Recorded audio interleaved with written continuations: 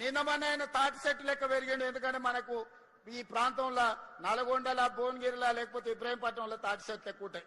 తాటి చెట్టు ఇట్లా పెరుగుతుంది. తాటి చెట్టు ఎంత పెరుగుతుంది తెలివి ఎక్కువ ఉన్నదని ఆయన అనుకుంటుండు. ప్రాజెక్టులు ఎట్లా కట్టాలో, లిఫ్టులు ఎట్లా మెయింటైన్ చేయాలో ఆయన మనకు లెటర్లు రాస్తున్నారు. నీ ముఖం 10 ఏళ్ళు నువ్వు అట్లా ఏడ్చినందుకే అది కాళేశ్వరం కాస్త కూలేశ్వరం అయింది. నీ సలహాలు తీసుకుంటే ఇల్లు వీకి పందిరేసుకున్నట్టే ఉంటది.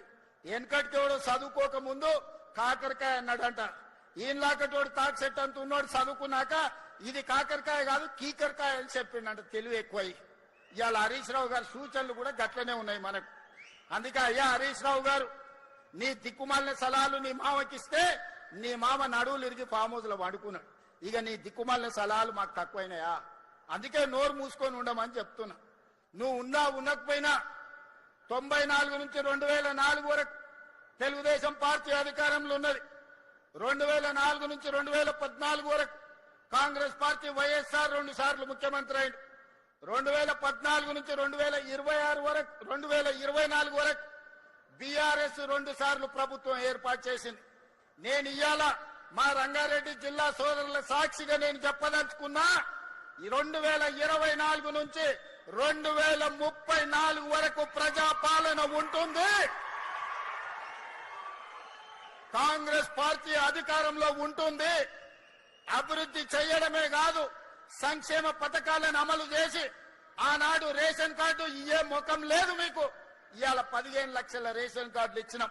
రంగన్న ఇప్పుడే చెప్తుడు, ఓ ఊర్లో వెళ్ళి రేషన్ కార్డులు ఎవరికైనా లేవా అంటే అందరూ ఉన్నాయని చేతులు ఎత్తిరట.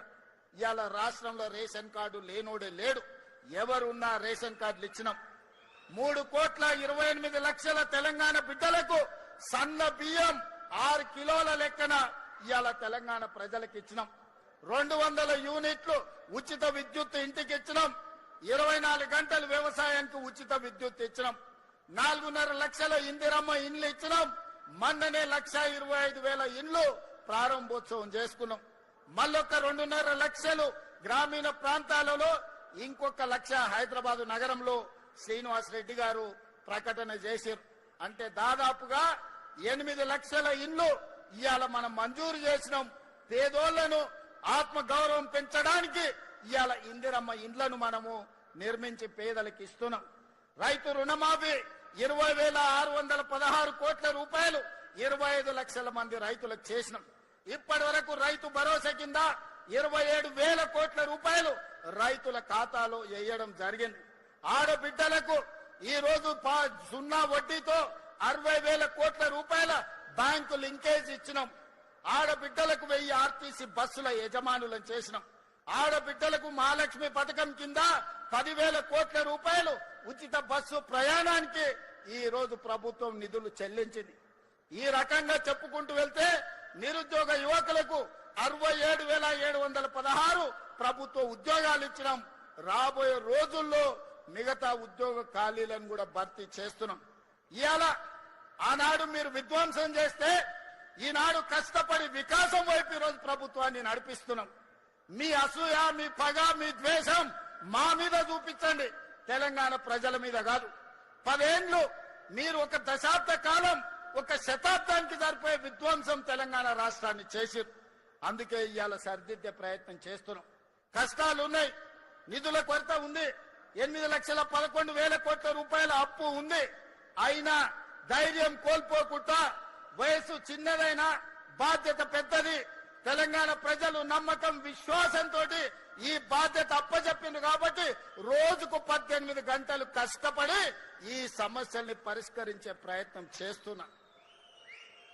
మిత్రులారా, మీరందరూ కూడా నాలాకనే వ్యవసాయ కుటుంబం నుంచి, మధ్య తరగతి నుంచి వచ్చిన వాళ్ళే కదా. సమస్యలు వస్తే పారిపోతామా? సమస్యలు చూసి ఆత్మహత్య చేసుకుంటామా? లేకపోతే నిలబడి కొట్లాడి సమస్యల్ని పరిష్కరించుకుంటామా? కొంత కష్టమైనా, కొంత నష్టమైనా, కొన్నిసార్లు ఆవేదన కలిగినా, బాధ కలిగినా ఈ సమస్యల్ని పరిష్కరించుకునే బాధ్యత మనది. అందుకే ఈనాడు మీ సోదరుడిగా మీరు అండగా నిలబడ్డారు. మీరు ఇచ్చిన ధైర్యంతో ఫామ్ హౌస్ లో వండుకున్న కేడీతోనైనా, ఢిల్లీలుండే మోడీతోనైనా కొట్లాడడానికి ధైర్యంగా ముందు నిలబడతా, ఎవరినైనా మెడలు వంచుతా. కిషన్ రెడ్డి, బండి సంజయ్ గారు తమాషలు చేస్తున్నారు. శాతనైతే శాత కాకపోతే దీపో అని. అల్లా తప్పగా రాలే బండి సంజయ్ కిషన్ రెడ్డి గారు. తొక్కుకుంటూ వచ్చినాం, కార్యకర్తలు కష్టపడుతూ వచ్చినాం, కార్యకర్తలు ప్రజలు కోరుకుంటే వచ్చినాం. 12 ఏళ్ళైంది మీ మోడీ. మేం పండించిన పంట కొనడా?